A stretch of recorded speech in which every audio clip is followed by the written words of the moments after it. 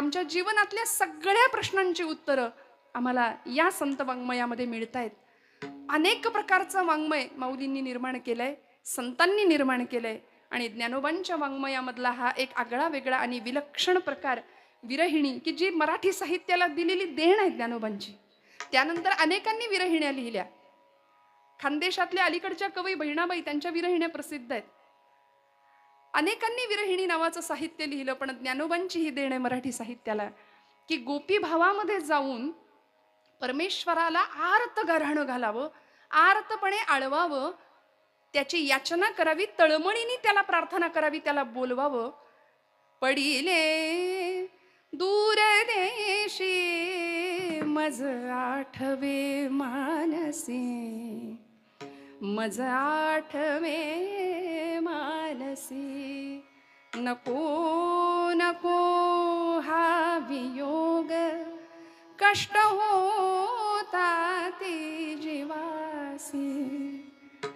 काय सुंदर भाव विरहिणीतनं व्यक्त करावा. विरह शब्दामध्येच अर्थ आहे श्रोते हो. भक्तिप्रेमातली अत्युच्च अवस्था आम्हाला संतांनी दाखवून दिली, की जी स्वतः त्या अवस्थेला पोहोचले होते.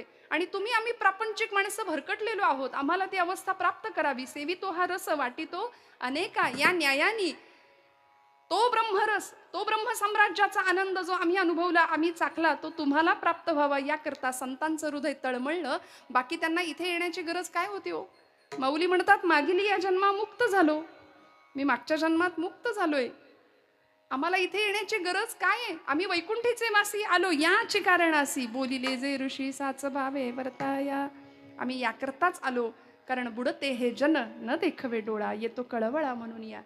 आणि ज्ञानोबांच्या या ज्ञानोत्तर भक्तीमध्ये म्हणजेच पराभक्तीमध्ये काय काय अनस्यूत आहे बघा तुम्ही. ही जी विरहाची अवस्था आहे ना, भक्तिप्रेमातला अत्युच्च अवस्थेचा क्षण आहे, उत्कट अवस्था, ज्यामध्ये पूर्वानुराग आहे, मिलन आहे आणि पुन्हा विरह आहे.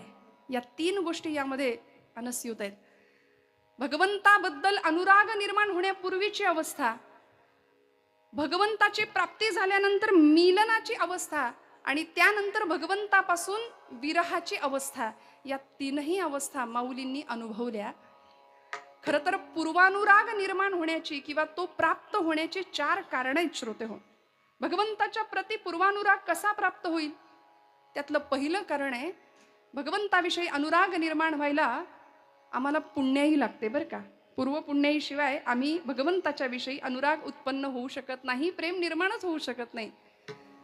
तुका म्हणे सुलभ साधन गोमटे, परी उपतिष्ठे पूर्व पुण्ये, जन्मोजन्मी आम्ही बहु पुण्य केले, तेव्हा या विठ्ठली कृपा केली, जन्मोजन्मी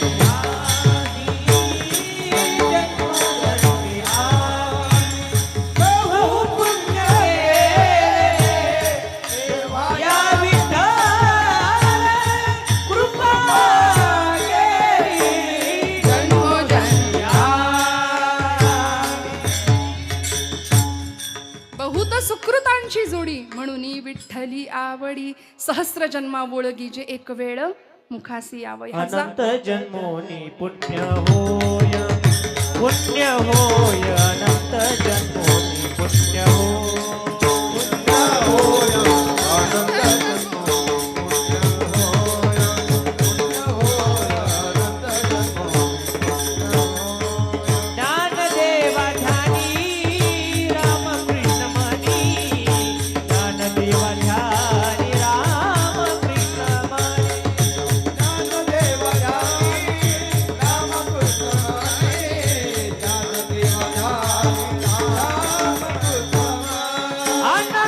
जन्मोनी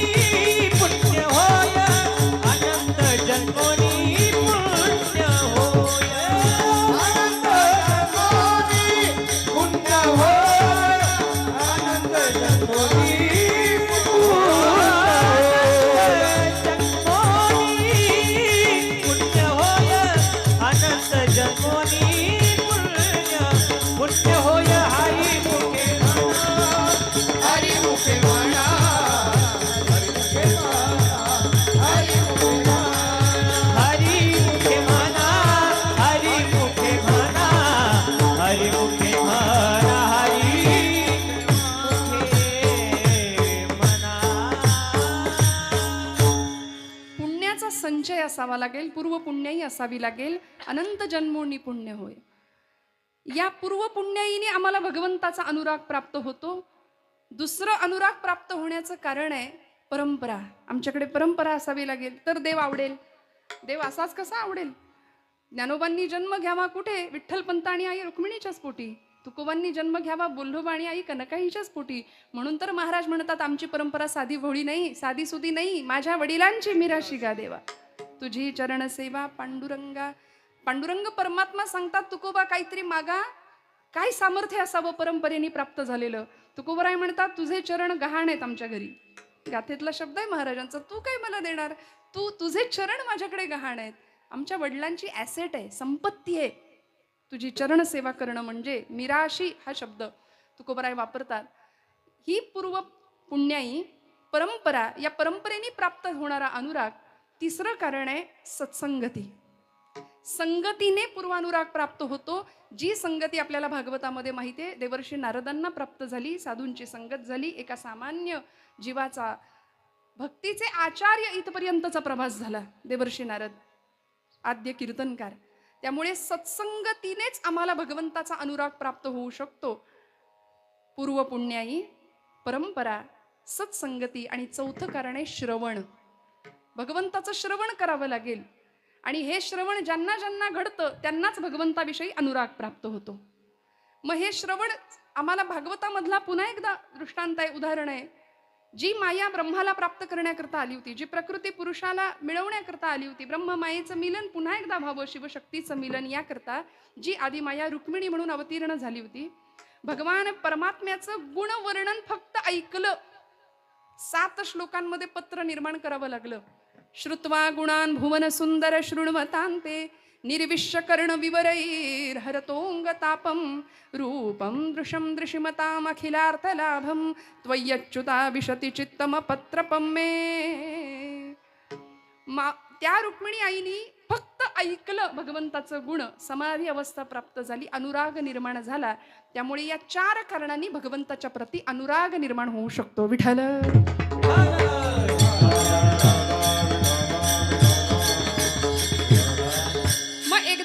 अनुराग निर्माण झाला, प्रेम निर्माण झालं की मग भगवंत येतो भेटायला. मग मिलनाची अवस्था आहे भक्तीमध्ये. आणि मग ती एकदा भगवंताची भेट झाली की त्यानंतरची उत्कट अवस्था भक्तीतली की जी सर्वोच्च आहे तिला विरह अवस्था म्हटलंय. तो वियोग आणि त्या वियोगातली संतांची अवस्था आहे ना. म्हणून ज्ञानोबांनी गोपी भावामध्ये जाऊन ही विरहिणी का लिहिली असावी? गोपींचा भाव उत्कृष्ट अत्युच्च का वाटला ज्ञानोबांना? याचं कारण ही 4ही कारणं जी आता आपण ऐकली ना ती गोपींकडे होती. गोपींकडे पूर्व पुण्याई होती का? निश्चित होती. रामावतारातल्या त्या सगळ्या ऋषी होत्या. म्हणून भगवंताविषयी अनुराग प्राप्त झाला. गोपींकडे पूर्व पुण्याई होती, परंपरा होती का? तर अनंत काळापासून व्रजाच्या भूमीमध्ये भगवंताची प्रतीक्षाच सगळे करतायत. ही परंपरा आहे तिथे. संत संगत होती का? राधेचा संग गोपींना होता. आणि श्रवण गोपींच्या श्रवणाबद्दल काय बोलावं? आपण ऐकलं ज्या रुक्मिणी मातेनी फक्त कृष्ण वेणू वाजवतो हे ऐकलं, तिला समाधी लागली. पण त्या गोपी कृष्ण वेणू वाजवताना ऐकत होत्या. वृंदावनी वेणू वाजे, वृंदावनी वेणू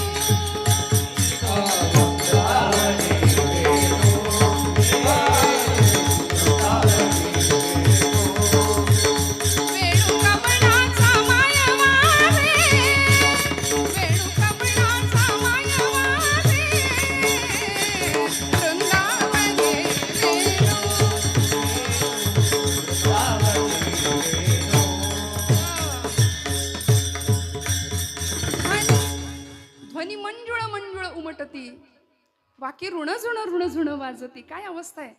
देव विमानी बैसोनी स्तुती गाती, भानुदासा पावली प्रेम भक्ती. पराभक्ती, ज्ञानोत्तर भक्तीची अवस्था प्राप्त व्हावी या श्रवणातून ती गोपींना प्राप्त झाली. म्हणून त्या गोपींकडे या सगळ्या अवस्था होत्या. पूर्वानुराग होता, मिलनावस्था होती आणि पुन्हा विरहावस्था सुद्धा होती. म्हणून त्या गोपींना विचारावं की का ही अवस्था अशी तुमची प्राप्त झाली? गोपी उत्तर देतात. गोपी भावामध्ये जाऊन आज ज्ञानोबा आम्हाला उत्तर देतात की माझा परमात्मा ते आत्मचैतन्य, ते आत्मतत्व तुमचा जीव असेल, पण माझ्या जीवीचा सुद्धा जीव आहे. म्हणून माझी ही अवस्था आहे अभंगाचं प्रथम चरण. जीवीची या जीवा जीवीची या जीवा प्रेम भावाची ये भावा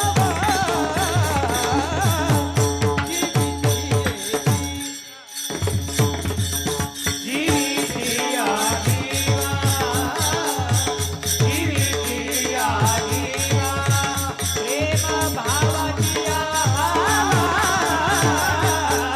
जीवितिया जीवीची या जीवीची या जीवीची या जीवा प्रेम भावाची ये भावा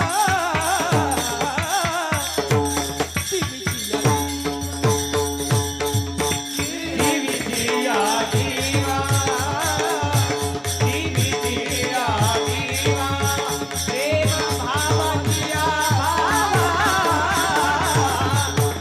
जीवितिया जीवा तुझवा सोनिकेचा अनुनावडे ओ तुझवा सोनिकेचा अनुनावडे तुझवा सोनिकेचा अनुनावडे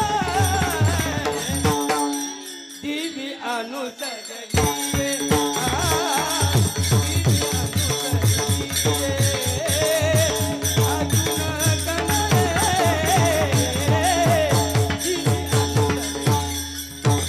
तुझ वाजोने केशवा अनुनावडे तुझ वाजोने केशवा अनुनावडे तुझ वाजोने केशवा अनुनावडे जीवे अनुसरली जीवे अनुसरली अजोनिका नाये जीवे अनुसरली हे जीवितिया जीवा प्रेम भावाची ये भावा तुझा वाजून केवा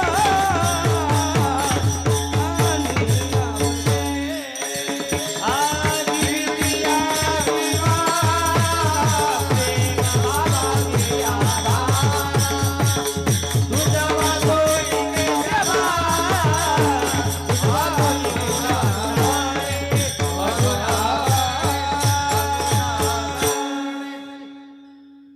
जीवीची या जीवा प्रेम भावाची या भावा तुझ वाचुनी केशवा अनुनावडे. एकदा या सगळ्या मंडळींसाठी जोरदार टाळ्या वाजवा श्रोते हो. इतकी गोड साथ जीव तोडून म्हणतात की नाही, जीवापासून गाणं, जीवापासून सेवा करणं. वरवर सेवा अशी नसावी, मग बऱ्याचदा 2 तासात 7 आहे की 7.5 आहे असा कधी कधी अनुभव येतो. त्यामुळे अत्यंत माझ्यापेक्षा सगळ्या बाबतीमध्ये आपण सगळी मंडळी आहात, पण गोड प्रमाण, गोड चाली, गोड सेवा. आणि म्हणून हे कीर्तन आहे, हा खेळ नव्हे एकल्याचा. आपण सगळ्यांनी मिळून ही साथ देत आहे, म्हणून आपली ही सेवा मंगलमूर्तींच्या चरणावर जाणार आहे. महाराजांचं वा वा, मंगलमूर्तींचा प्रसाद आहे. जोरदार टाळ्या वाजवा. किती गोड, अतिशय नादब्रह्माची सेवा उत्तम आहे. मी कीर्तनामध्ये नेहमी बोलते, स्वरब्रह्म, शब्दब्रह्म आणि नादब्रह्म यांचा त्रिवेणी संगम जिथे होतो तेथे साक्षात परब्रह्म साकार होतं. त्यामुळे कर जोडूनी पायी ठेवी तसे माथा, तुका विनवी पंढरीनाथा, रंगी ओढवावी रंग कथा, पुरवी मनोरथा माय बापा. हे मागणं आहे तुकोबरायांचं, हे मागणं आहे संतांचं. आणि ही रंगकथा, ही रंगदेवता निर्माण व्हायला या सगळ्यांचा सक्रिय सहभाग लागतो. कुठेही आक्रमकता नको. आणि आज आपण सगळीकडे पाहतोय, या आक्रमकतेने 2 तास आपल्याला पुरतील की नाही असं वाटतं कधी कधी, होईल की नाही कीर्तन पूर्ण. पण आपल्या सगळ्यांचा सहभाग आणि माझा महिला वर्ग, मी या भागाकडे जास्त मला आपुलकी वाटते आपल्या सगळ्यांबद्दल. कारण आपण सगळे अशाच येऊन नाही बसला, घरचं सगळं करून आलात की नाही. म्हणजे बघा ना किती छान, सगळा प्रपंच उत्तम सांभाळून, रांधावाडा उष्टी काढा, सगळ्यांचं सगळं बघा, सगळ्यांची मनं धरा, सगळ्यांसाठी सगळं करा. एवढं करून कीर्तन ऐकायला या, कीर्तन करायला या. विठ्ठल.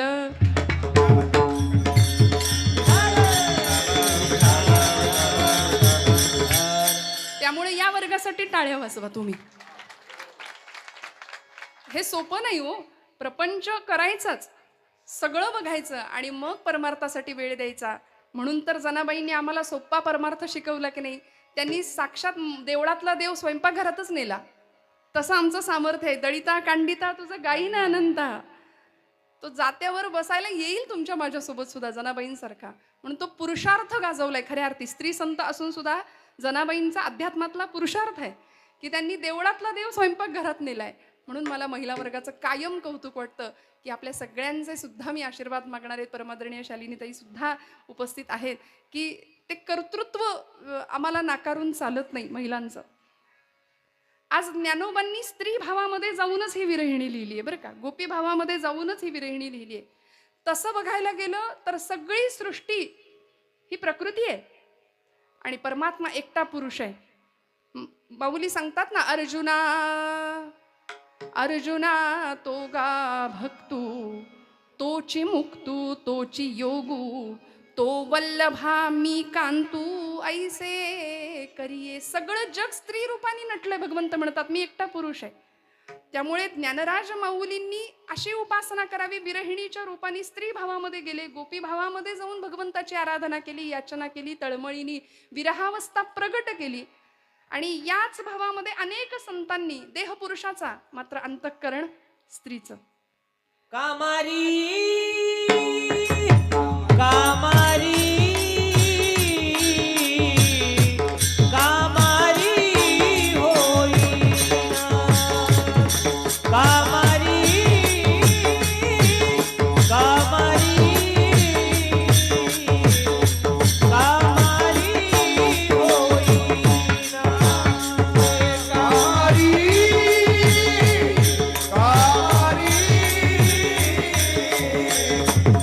कामारी कामारी होईना.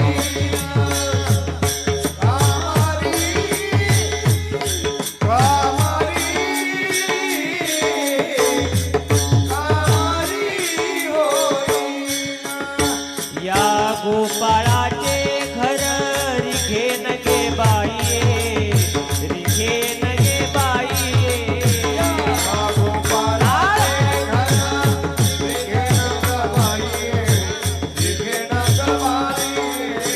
या गोपाळाचे घर रिघे नगे बाई रिघे नगे बाई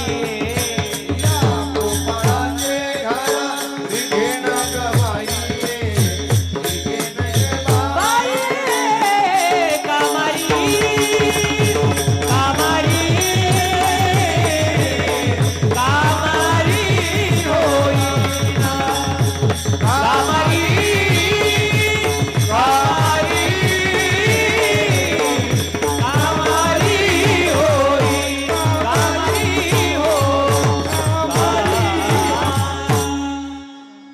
महाराजजी हा एक लाभ आहे की नवीन नवीन प्रमाणे आम्हालाही मिळतात आणि आमचा अभ्यास वाढतो. विठ्ठल विठ्ठल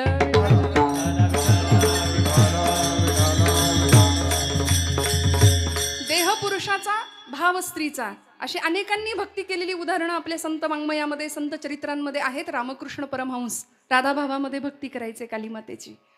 मधुराद्वैताचार्य मधुरा संप्रदायाचे अध्वर्यू असलेले गुलाबराव प्रज्ञाचक्षु संतश्रेष्ठ श्री गुलाबराव महाराज अतिशय ज्ञानेश कन्या म्हणवायचे स्वतःला, कृष्ण पत्नी म्हणवायचे स्वतःला. मीराबाई, राधा, चैतन्य महाप्रभू अनेकांनी, आमच्या ब्रह्मचैतन्य गोंदवलेकर महाराजांचे शिष्य गुरु तुकामाई येहळगावच्या राधाभावातली भक्ती आहे, गोपी भाव. आणि असाच स्त्री भावामध्ये परमेश्वराला आपलंसं करणं, विरहावस्था. ज्ञानोबांनी जीवीची या जीवा हा शब्द वापरलाय. मला सांगा, आपण ज्याला जीव म्हणतो, एखादी व्यक्ती देहानी या भूतलावर व्यवहार करतीये. 84 लक्ष योनी मात्रांमधून नरदेह प्राप्त होतो. सकल देहा माझी पहा हो, अति दुर्लभ मनुष्य देहो, याची या प्राप्तीचा संभवो, तो अभिप्रावो अति दुर्लभ. एकनाथी भागवत नाथबाबा सांगतात, दुर्लभातला दुर्लभ असलेला मनुष्य देह आम्हाला प्राप्त होतो. मग त्या देहाची किंमत कुठपर्यंत आहे? त्या देहामध्ये आपण सहज सांगतो की नाही, जोपर्यंत तो राम आहे तोपर्यंत. माणूस गेला की आम्ही काय म्हणतो? जीव गेला, राम गेला. म्हणून माणसं घाबरतात जिवंतपणी राम म्हणायला. विठ्ठल.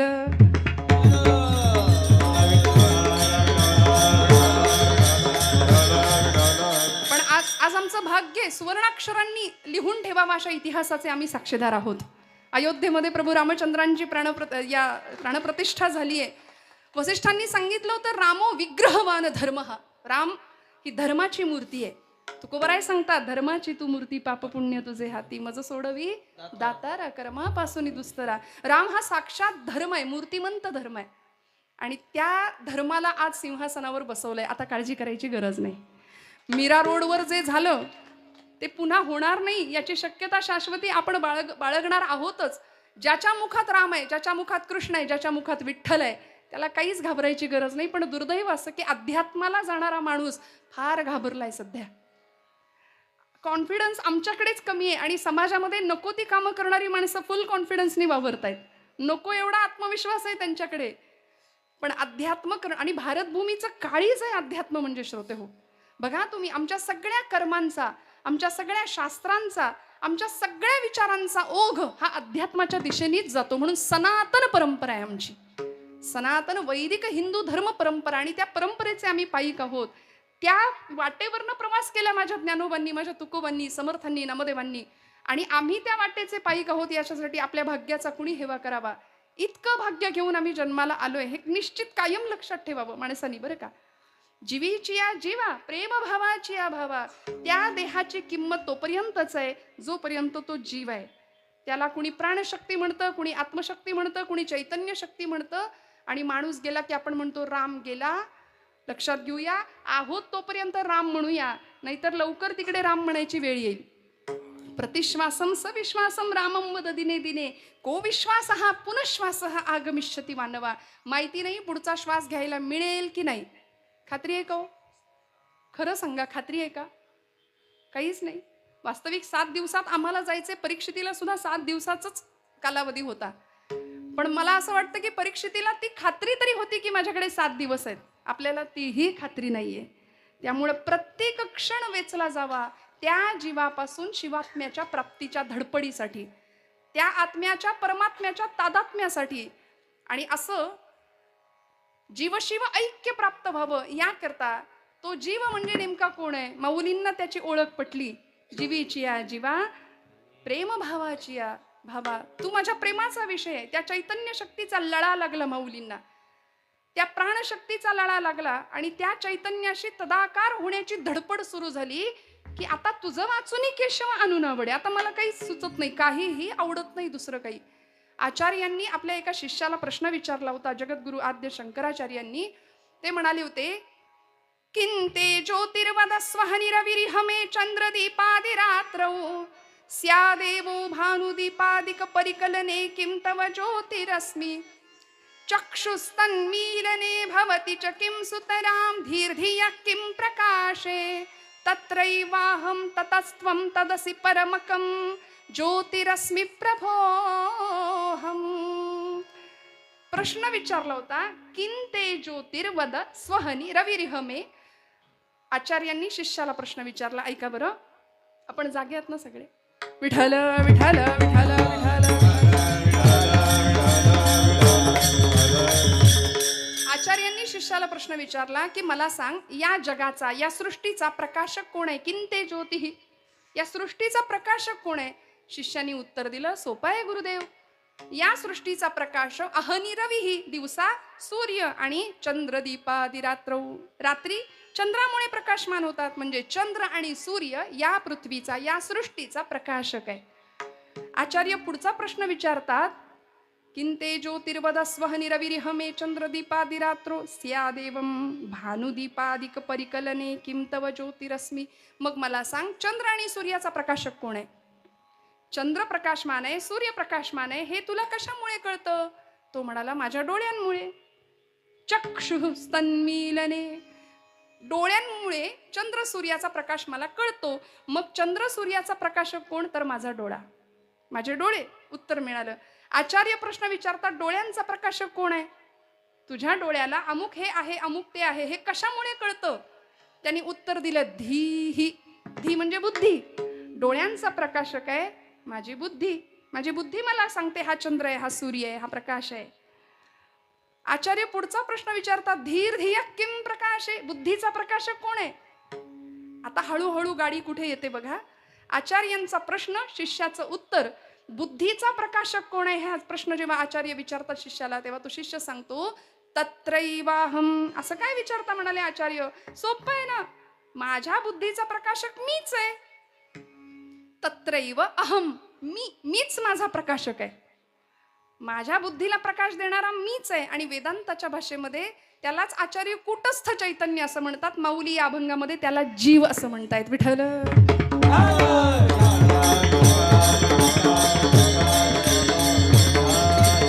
त्यामुळे या जीवाचा, या चैतन्य शक्तीचा मला लळा लागलाय. मी कोण आहे याची मला जाणीव झाली. आणि ती जाणीव माऊली सांगतात, या हृदयामध्ये मी रामू, असता सर्व सुखांचा आरामू, परिभ्रांतासी कामू विषयावरी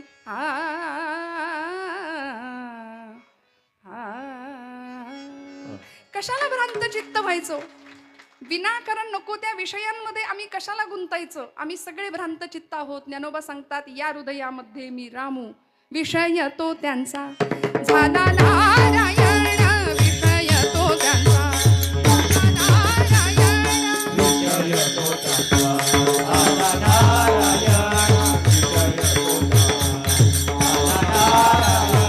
विषय तो त्यांचा झाला नारायण, विषय तो त्यांचा झाला नारायण.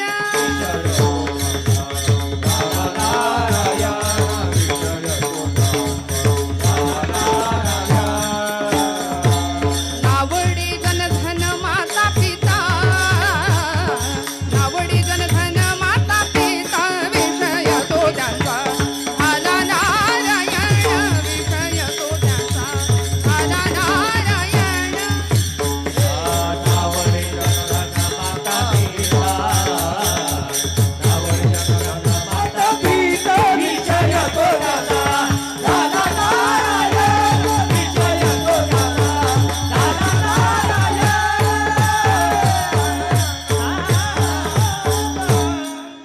समर्थ रामदास स्वामी सांगतात बरं दासबोधामध्ये, जयासी वाटे सुखची असावे, तेणे रघुनाथ भजनी लागावे. जयासी वाटे दुःख असावे, तेणे खुशाल विषय चिंतित जावे. समर्थ म्हणतात, ज्याला दुःख व्हावं असं वाटतं त्यांनी खुशाल विषयांचं चिंतन करा. पण सुखाची अपेक्षा असेल ना, तर विषय तो त्यांचा झाला नारायण. तुझं वाचुनी केशव अनुनावडे. आता दुसऱ्या कशाचीही आवड नाही, आमचा विषय एकच, नारायण. संतांनी नारायणाला विषय केलं. ऐका, आम्ही विषयाला नारायण केलंय. विठ्ठल.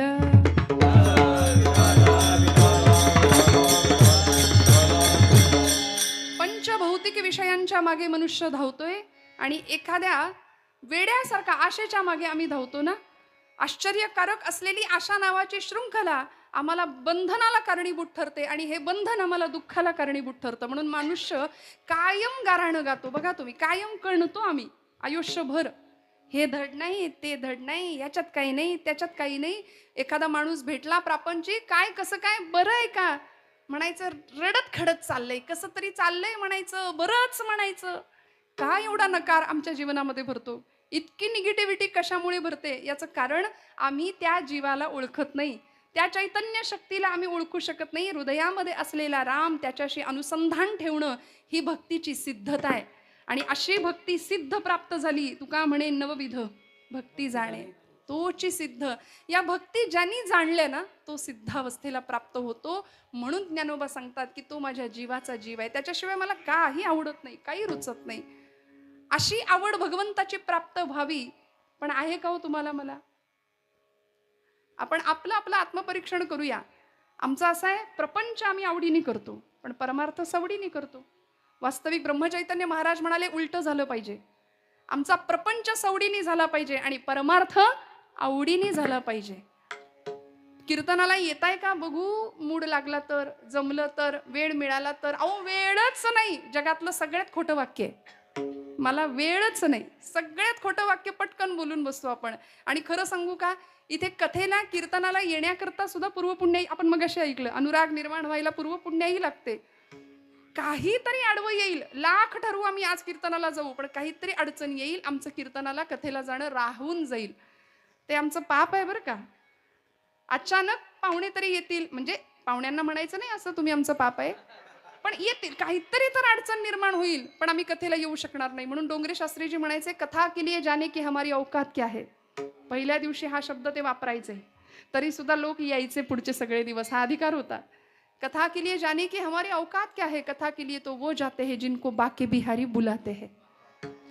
तिकडून बोलावणं यावं लागतं. भगवंत बोलावतो तेव्हा आमची पावलं इथे येतात.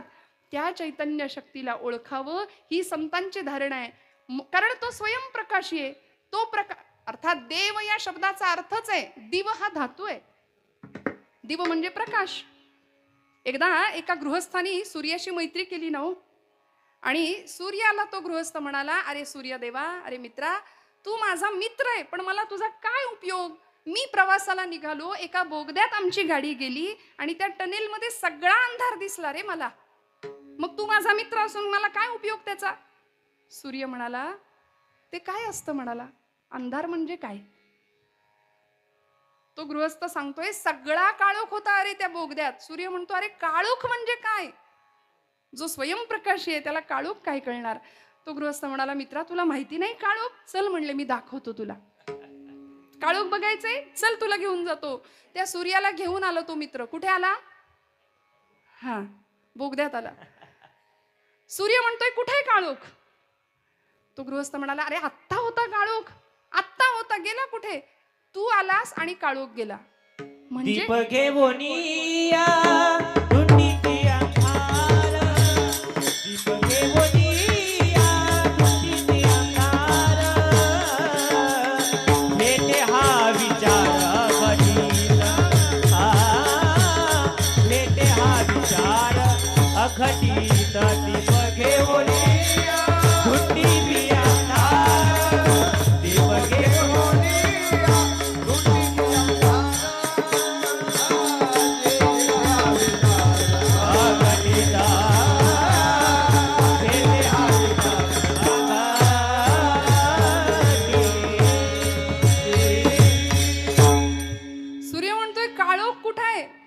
तो म्हणाला, अरे तू येण्याने प्रकाश आला त्यामुळे काळोख गेला.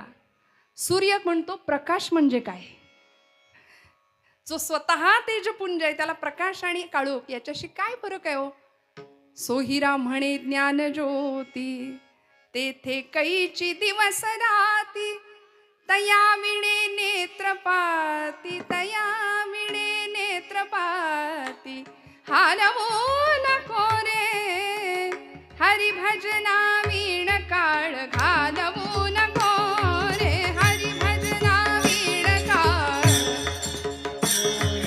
हरी भजना वीण काळ, घालवू नको रे हरी भजना वीण काळ, घालवू नको रे. दोरीच्या सापा भिवूनी भमा, दोरीच्या सापा भिवूनी भमा, भेटी नाही जीवा शिवा, भेटी नाही जीवा शिवा, अंतरीचा ज्ञान दिवा, मालवू नको रे हरी भजना वीण काळ, घालवू नको रे हरी भजना वीण काळ.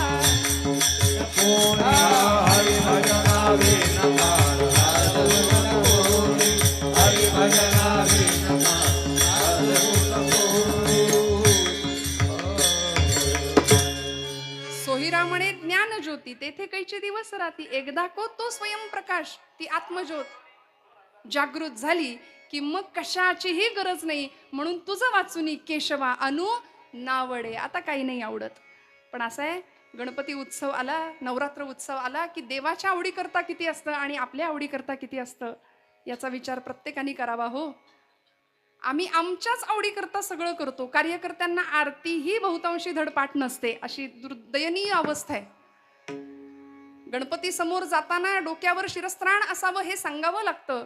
व्यवस्थित भारतीय पोशाख परिधान करा हे सांगावं लागतं. बरमुड्यावर आरती चालेल म्हणतात पोरं आमची. काही बिघडत नाही. कपाळाला कुंकू नसलं काही बिघडत नाही. केस बांधलेले नसले काही बिघडत नाही. कुठेच धर्मशिक्षण घरात दिलं जात नाही. धर्मशास्त्राचं आचरण केलं जात नाही. परिणामी येणाऱ्या संकटांना आम्हाला सामोरं जावं लागतंय. आणि आजूबाजूला सगळा अंधकार निर्माण करायला आम्ही कारणीभूत ठरू बरं का. येथ वडील जे जे करीती तया नाम धर्म ठेवीती.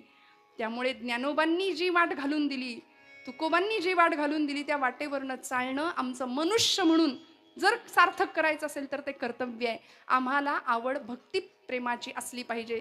ज्ञानोत्तर भक्ती, पराभक्ती या सगळ्या माध्यमातून ज्ञानोबांनी परमेश्वराला आपलंसं केलंय. आणि मग इतकी व्याकुळता आली, इतका जीव कासावीस झाला की ज्ञानोबा अभंगाच्या दुसऱ्या चरणात जीवे म्हणतात, अनुसरली अजूनी कान ये. जीवे अनुसरली अजूनी कान ये. जीवे अनुसरली अजूनी कान ये. जीवे अनुसरली अजूनी कान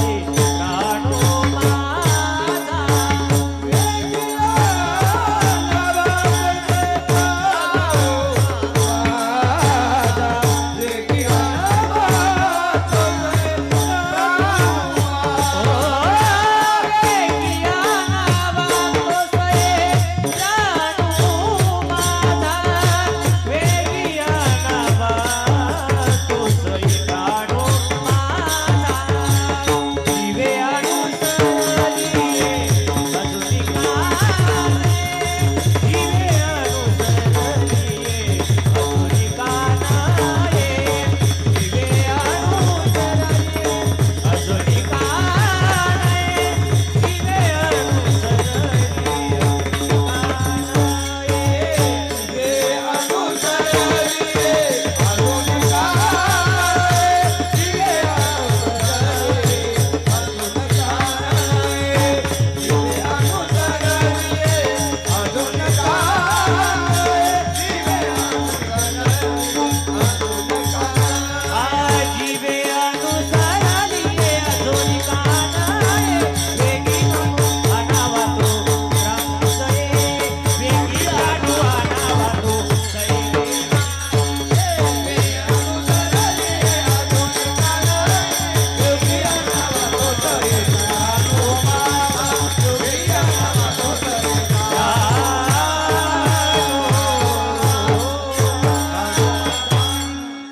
जिवे अनुसरली अजून अजूनी का नये.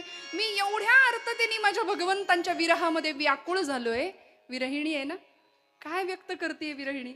मी एवढी व्याकुळ झाली, आर्ततेने भगवंताला बोलावते. अजून का नये जीवे अनुसरलिये, वेगी आणावा तो सये प्राणू माझा. आपल्या सख्यांना ती विरहिणी सांगतेय की बाई ग, लवकर त्याला घेऊन या म्हणाले.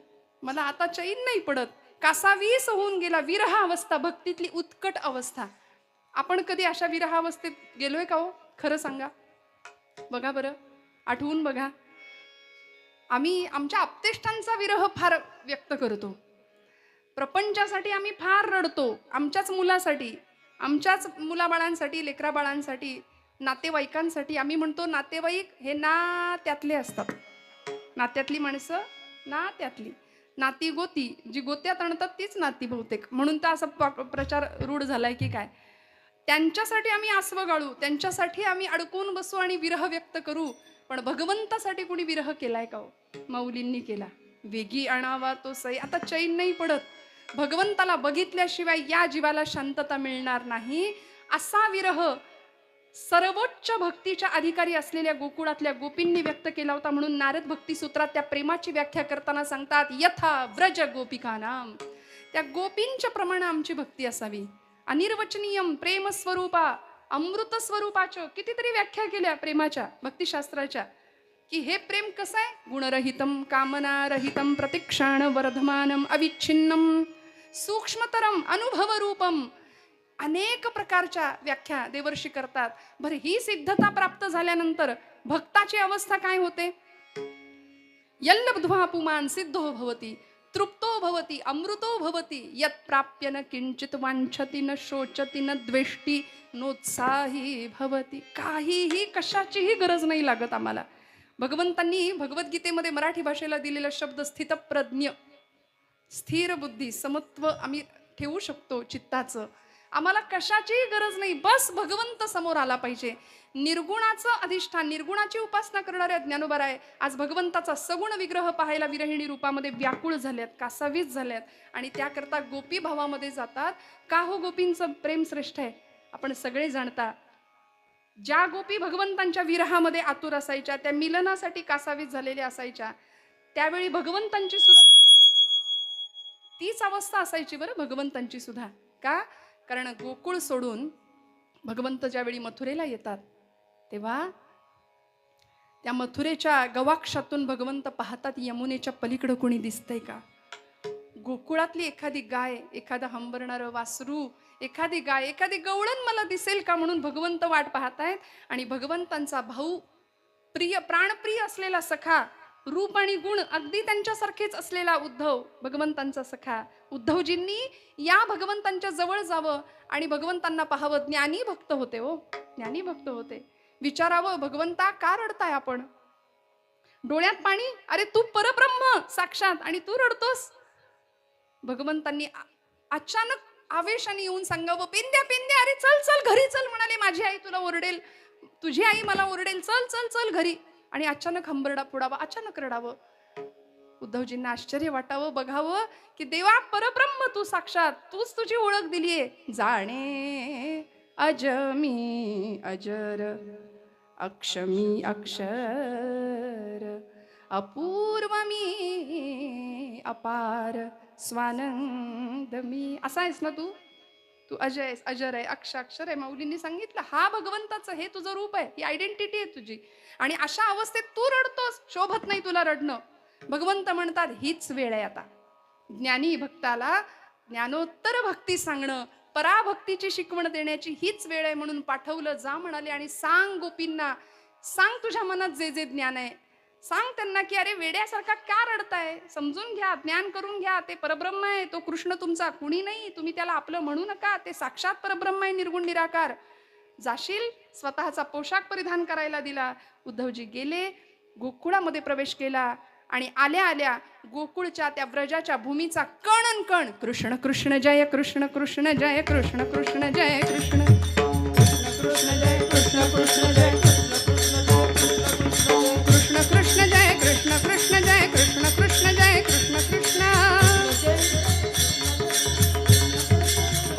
हा कृष्ण कृष्ण जय कृष्ण कृष्ण जय कृष्ण कृष्ण जय कृष्ण. बोला कृष्ण कृष्ण जय कृष्ण कृष्ण जय कृष्ण कृष्ण जय कृष्ण कृष्ण जय.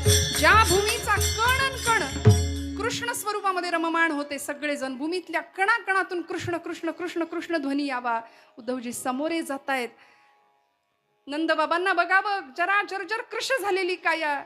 यशोदा मातेला बघावं, वेड्या पिशव्यासारखी धावत फिरतीये, यमुनेकडे जातीये. माझा कृष्ण आलाय का, माझ्या कृष्णाला पाहिलं का? एखाद्या वेलीला कवटाळून घ्यावं, माझ्या कृष्णाला पाहिलं का? नंदबाबांची कृश झालेली काया पाहावं उद्धवजींनी. काय बोलावं, कशासाठी आलोय काही क्षण विसरूनच गेले हो. मी ज्ञान शिकवायला आलो या लोकांना. पण जवळ गेले आणि सांगितलं की अरे नंदबाबा, यशोदा माता, कशासाठी तुम्ही माझं माझं करताय त्याला? तो तुमचा कोणीही नाहीये. लक्षात घ्या, तुम्ही ज्याला तुमचा पुत्र समजताय तो तुमचा पुत्र नाही, ते साक्षात परब्रह्म आहे. तुम्ही त्याला तुमचा पुत्र समजताय, तो तुमचा पुत्र नाही, तो तुमचा सखा नाही, तो कोणीच नाहीये. तो निर्गुण निराकार परब्रह्म आहे, अजर आहे, अव्यय आहे, अक्षय असलेला परमात्म तत्व आहे ते. नंदबाबा म्हणाले, उद्धवजी आम्ही तुम्हाला शहाणं समजत होतो नाही का, ज्ञानी आहात असं आम्ही समजलो, पण आमचा समज चुकीचा निघाला. कारण तुम्ही काय म्हणालात, ते परब्रह्म आहे. बरं, मग आम्हाला सांगा, परब्रह्म कधी चुकतं का? यशोदा माता विचारते, देव कधी चुकतो का हो? ते म्हणाले, नाही, देव कधीच चुकू शकत नाही, परब्रह्म कधीच चुकू शकत नाही. हो ना, मग 1000 वेळा त्यांनी आम्हाला आई बाबा म्हणून हाका मारल्यात. देव म्हणावा असा एकही गुण आम्हाला त्याच्यात दिसला नाही. तो उत्तम खोटं बोलायचा, तो उत्तम चोऱ्या करायचा. एवढं सगळं तो करत होता आणि तो तुम्ही खुशाल म्हणतात तो आमचा कुणी नाही. तिथे काहीच चाललं नाही म्हणून गोपींकडे गेले आणि गोपींचा तर भाव साग मदनी सानी मग गमध गमग सा. गोपींच्या जवळ यावं आणि उद्धवांनी गोपींना सांगावं, अगं गोपींनो, वेड्या की काय तुम्ही, काय सारखं कृष्ण कृष्ण करता, त्याला ओळखून घ्या, तो कोण आहे, ते साक्षात चैतन्य तत्व आहे, नका असं करू, नका रडू विनाकारण त्याच्यासाठी. गोपी म्हणाल्या, त्यांनी काय होईल? ते म्हणतात, तुम्हाला स्वर्ग सुखाची प्राप्ती होईल, परमानंदाची प्राप्ती होईल. हो ना, मग असं स्वर्ग सुख आम्ही नाकारतो म्हणाल्या. ही अवस्था आहे. म्हणून यथाव्रज गोपिका नाम. काय विरह भाव आहे, काय विरहिणीची अवस्था आहे. गोपी सांगतात, श्याम तन श्याम मन श्याम ही हमारो धन. दिन दिन धक धक तू ना कत्तिन धक धक दीना, दिन दिन धक धक तू ना कत्तिन धक. श्याम तन श्याम मन श्याम ही हमारो मन, श्याम तन श्याम मन श्याम ही हमारो धन. आठो याम धोजी हमें श्याम से ही काम है. श्याम तन श्याम मन श्याम ही हमारो धन, श्याम तन श्याम मन श्याम ही हमारो धन. श्याम गति श्याम मति श्याम ही है प्राणपति. श्याम गति श्याम मति श्याम ही है प्राणपति. अंधे के सिला करी आधार श्याम नाम है. श्याम मन श्याम तन श्याम ही हमारो धन. उधोजी तुम भय बोरे पाती लेकर आए दोरे, सुर जोग कह राखे यह रोम रोम श्याम है. आता इतकं भरलंय अंतःकरण रोम रोम की आता कृष्ण नाही म्हणायला सुद्धा जागा शिल्लक नाही. इतकं आम्ही भगवंत स्वरूप झालो, बस त्याला फक्त एवढं सांगा की आम्ही आनंदात आहोत. ही विरहातली अवस्था आहे. त्याच्याशिवाय व्याकुळणारा जीव. गोपी सांगतात की असा भगवंत अजून काय येत नाही. माऊलींनी हा भाव व्यक्त करावा की तो भगवंत मला कधी भेटेल. श्रोते हो, इतकी वाट तर तुम्हाला मला बघायला कधी जमली आहे का? मला खरं सांगा, आपण नैवेद्य समर्पित करतो भगवंताला, पण देव जेवत नाही म्हणून आपण कधी रडलोय का? परमार्थातला उत्तम टप्पा आहे उपासनेचा. प्रतीक्षा, वाट बघावी लागेल. पहिला टप्पा आहे प्रयत्न, दुसरा टप्पा आहे प्रतीक्षा, तिसरा टप्पा आहे प्रार्थना आणि चौथा टप्पा आहे प्रसाद. विठ्ठल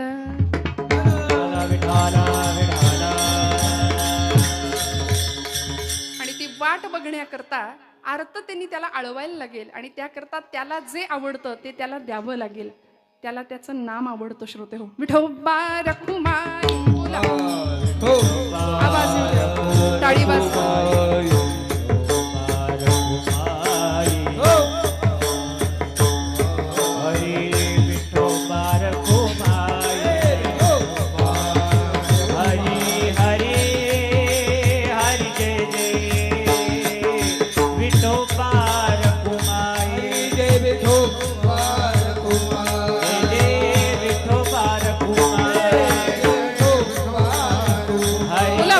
टाळी वाजवा, टाळी वाजवा, भजन करा.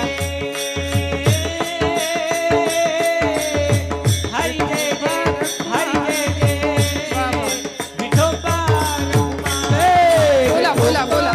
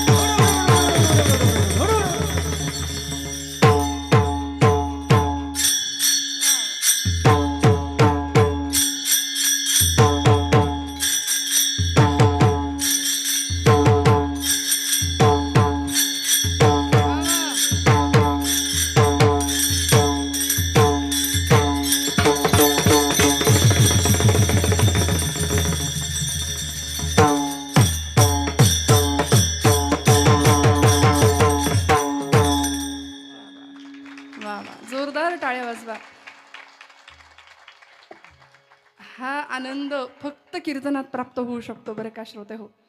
बाकी आनंद मिळवण्याच्या जागा आमच्या दृष्टीने अनेक असल्या तरी परमानंद, मोक्ष, सुख ते फक्त या धर्ममंडपात प्राप्त होऊ शकतं. म्हणून तर संतांनी आवर्जून वेळोवेळी सांगितलं, ब्रह्मीभूत काया होतसे कीर्तनी भाग्य तरी ऋणी. एखाद्या समाधी सुखाचा अनुभव घेणाऱ्या भक्ताला विचारावं, कसं आहे समाधीचं सुख? ते म्हणतात, समाधीचे सुख सांडा ओवाळुनी ऐसा या कीर्तनी ब्रह्मरस. आणि या ब्रह्मरसाचं पान करायला तुम्हाला आम्हाला या काळात मिळतंय, याच्यासारखं भाग्य नाही श्रोते हो. आज माऊलींच्या या विरहिणीसाठी माऊलींनी विरहभाव व्यक्त केला भगवंताच्या प्रतीचा. जीवीची या जीवा प्रेम भावाची या भावा, तुझ वाचुनी केशवा अनुनावडे. जीवे अनुसरलिये अजूनी का नये, वेगी आणावा तो सये प्राणू माझा. इतकी आर्तता, भक्तीतली इतकी उत्कटता. मी मगाशी ज्यांचं नाव घेतलं असे प्रज्ञाचक्षु संतश्रेष्ठ श्री गुलाबराव महाराज यांनी असं भाकीत वर्तवलं वारकरी संप्रदायाविषयी. ते म्हणाले, वारकरी संप्रदाय हा विश्वपंथ होणार आहे भविष्यात. एवढं महान भाकीत वक्तव्य त्या एका महात्म्याने की ज्यांनी ज्ञानोत्तर भक्तीचा डिंडीम भूतलावर पिटावा याकरताच अवतार होता. म्हणून आज कारंजा मंडपामध्ये आळंदीला गुलाबराव महाराजांचं फोटो आहे, चित्र आहे, ध्यान आहे त्यांचं. स्वतःला ज्ञानेश कन्या म्हणवून घ्यायचे, स्त्री भावामध्ये जाऊन कात्यायनी व्रताची पूजा करायचे कृष्णाला पती स्वरूपामध्ये मिळवण्याकरता. इतकी सुंदर भक्तीची अवस्था गुलाबराव महाराजांची होती. किती आर्तता, किती संवेदना एकरूप झालेल्या असतील ज्ञानोबांच्या. आपण सगळे तो प्रसंग जाणता. एक दृष्टांत सांगून मी पुढे जाणार आहे. ल.रा. पांगारकर नावाचे मुमुक्षु नावाच्या मासिकाचे संपादक होते. जुन्या लोकांना ते नाव माहितीये. गुलाबराव महाराजांची प्रवचनं होती, प्रज्ञाचक्षु गुलाबराव महाराजांची प्रवचनं आळंदीच्या आजोळ घरामध्ये चालू आहेत माऊलींच्या. आणि माऊलींच्या अभिषेकाचा प्रसंग ल.रा. पांगारकरांच्या वरती सेवा मिळाली आहे. षोडशोपचार विधी सुरू झाले, छान गंधलेपन सुरू झालं आणि पांगारकरांचे अष्टसात्विक भाव दाटून आले. डोळ्यातनं घळघळ अश्रुधारा वाहत आहेत. पांगारकर छान, एखादा वडील किंवा एखादी आई आपल्या लेकराला नाहूमाकू घालते ना, तशा भावानी छान समाधीवरून हात फिरवत होते, डोळ्यातनं धारा वाहत होत्या. आणि त्याच वेळी आजोळ घरात गुलाबराव महाराजांची प्रवचनं चालू असताना गुलाबराव महाराजांचा आवाज पांगारकरांच्या कानावर येतो आणि तो आवाज असा घुमतो की, पांगारकर थोडं जपून करा, माझ्या ज्ञानोबांना तुमच्या हातातली अंगठी टोचतीये. तेवढी अंगठी काढून ठेवता येईल का?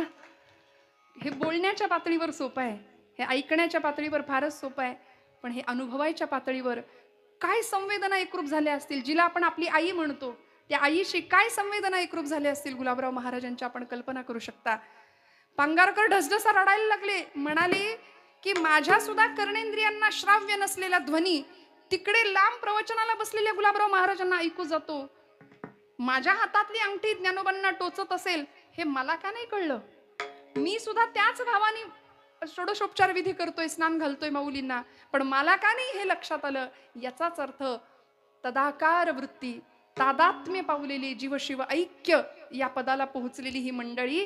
म्हणून भगवंत सुद्धा म्हणतो, तेषाम सतत युक्तानाम 10व्या अध्यायामध्ये भजताम प्रीतिपूर्वकम, जो मला प्रीतीने भजणारे त्याचा बुद्धियोग मी स्थिर ठेवतो.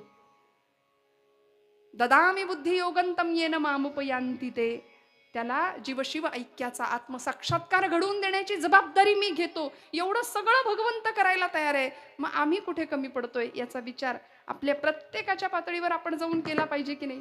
प्रपंच आहेच आहे, प्रपंच करायचाच आहे, पण आम्ही तुकोबरायांचं एकच वचन लक्षात ठेवतो, जोडून या धन उत्तम व्यवहारे. त्याच्या पुढचं विसरून जातो. उदास विचारे वेच करी. आता उदास म्हटलं की आमचा काही पुढारलेला समाज, संतांनी समाजाला निष्क्रियता शिकवली, कर्तृत्व शून्यता शिकवली. उदास या शब्दाचा अर्थ आम्ही असा घेतो, पण नाही, देहाबद्दलची उदासीनता. निष्कामतेकडून सकामतेकडून निष्कामतेकडे, निर्गुणात सगुणातून निर्गुणाकडे आणि ज्ञानोत्तर भक्तीकडून पराभक्तीकडे असा प्रवास प्रत्येक जीवाचा व्हावा ही ज्ञानोबांची धडपड आहे. आणि अशी धडपड करता करता भगवंताला बघण्याकरता व्याकुळ झालेला जीव अचानक भगवंत जेव्हा समोर येतो त्यावेळी काय अवस्था होते हो? अवचिता परिमळू, माऊलींचे शब्द, अवचित येतो. झुळकला आळू माळू मग मला असं वाटलं, मी म्हणे गोपाळू आला गे माये अवचिता परी म्हणू झुळकला अळूमा अवचिता परी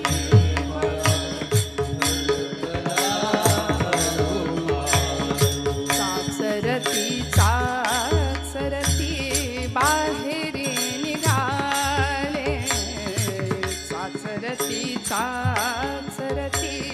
बाहेर निघाले ठकची मिठेले काय करू अवचिता परी म्हणू झुळकला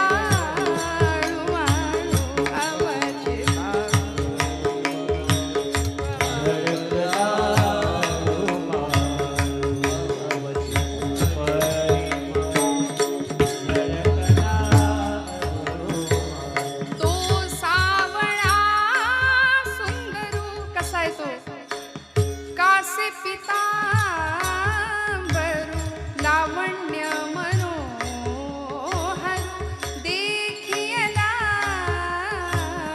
अवचिता परी झुळकला ज्याची वाट बघावी, ज्याच्या दर्शनासाठी उत्कट व्हावं, कासावीस व्हावं, तो अचानक समोर येतो आणि ज्ञानोबा म्हणतात, पंढरपुरीचा निळा लावण्याचा पुतळा विठो देखी येला डोळा. असा सुंदर राजस सुकुमार, तुकोबांच्या भाषेत मदनाचा पुतळा रवी शशिकळा देखील या पाहिलं हो संतांनी. त्यांच्याकरता तो आला, त्यांच्याकरता कासावीस झाला. आपल्याला भागवतामध्येच आलेल्या एका गोष्टीचा उल्लेख आपल्या सगळ्यांना माहिती आहे. भगवंताला बरं नाही वाटलं तर ज्या गोपींनी स्वर्ग नरकाचा विचार न करता त्या भगवंतांना सर्वांगाला लावायला पायधूळ द्यावी, हे गोपींचं प्रेम आहे भगवंताच्या वरत. म्हणून यथाब्रज गोपिका नाम देवर्षी म्हणतात ना, एखाद्या दिवशी भगवंतांचं शरीर तापाने फणफणून निघावं, द्वारकेतला गृहस्थाश्रम चालू आहे भगवंतांचा, गोपींची आठवण आली म्हणून मन नाराज होतं, चिंतित होतं. रुक्मिणी आई साहेबांनी विचारावं, देवा काय झालंय तुम्हाला, बरेच दिवस पाहतीये, कसली तरी चिंता मनाला खाती, एवढं ऐश्वर्य आहे द्वारकेचं, एवढं वैभव पायाशी लोळण घेतंय आणि तुम्ही का बरं असे चिंतित आहात. भगवंत म्हणाले, रुक्मिणी तुला सांगितलं तर आवडणार नाही, रुचणार नाही, पचणारही नाही कदाचित, पण सांगितलं सांगतो. म्हणाले, ऐक, मला गोकुळची आठवण येते, माझ्या गोपींची आठवण येते, माझ्या आईची आठवण येते मला.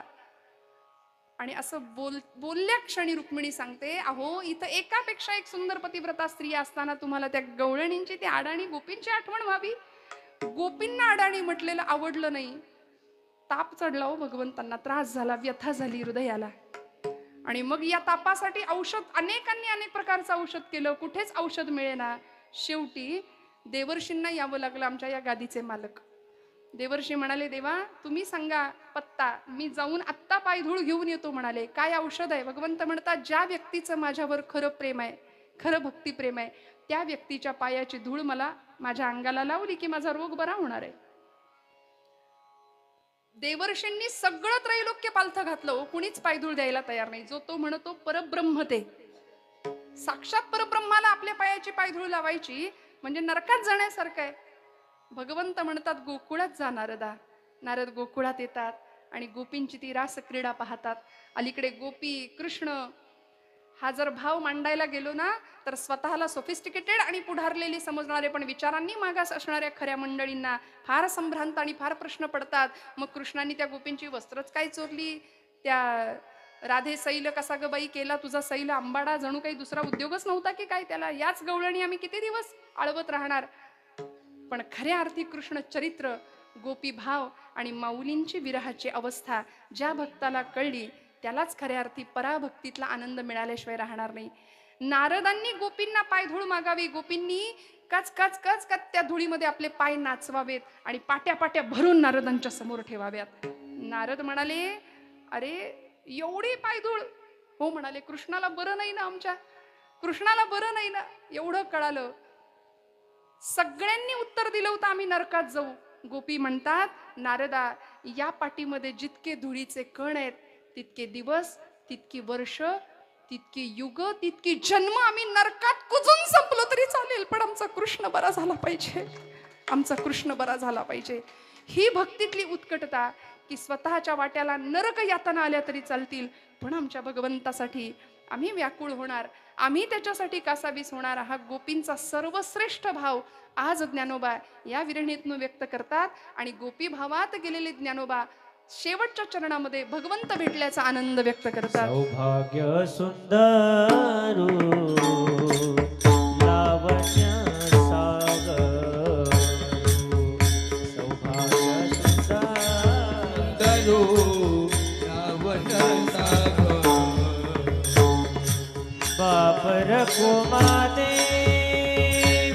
वरो श्री विठ्ठल, बापर कुमादेवी वरो श्री विठ्ठल, श्री विठ्ठल जीवे अनुसरले अजुनी कानाई, जीवे अनुसरले अजुनी कानाई.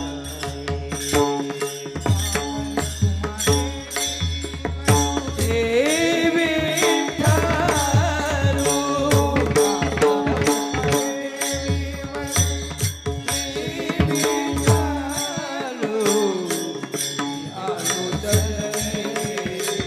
आलोनी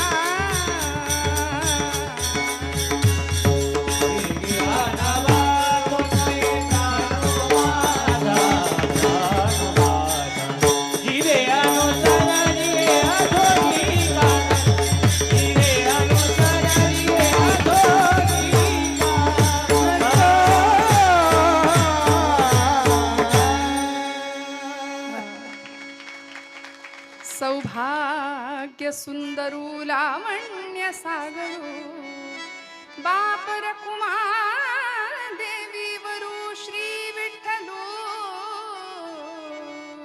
जीवे अनुसरलिये अजूनी का नये.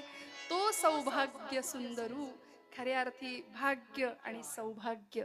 श्रोते हो, आम्ही प्रपंचात आहोत आणि प्रपंचात असून आम्ही परमार्थी आहोत. हे सौभाग्य आहे तुमचं माझं.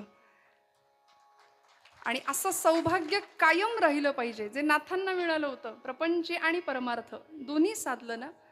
प्रपंच सोडा असं कुणीच नाही सांगितलं. प्रपंच करावा नेटका. फाटका तुटका प्रपंच संतांना सुद्धा मान्य नव्हता हो.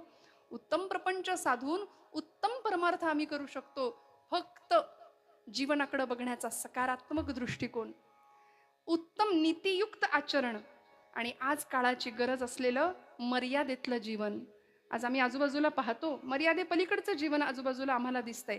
अन्याय, अत्याचार, अनाचार, नैराश्य, वैफल्य, त्रास, त्रागा, वैताग सगळ्या समाजामध्ये, कुटुंबामध्ये सध्या हेच आहे की नाही. आजूबाजूला बघा, कुणीच सुखी नाही.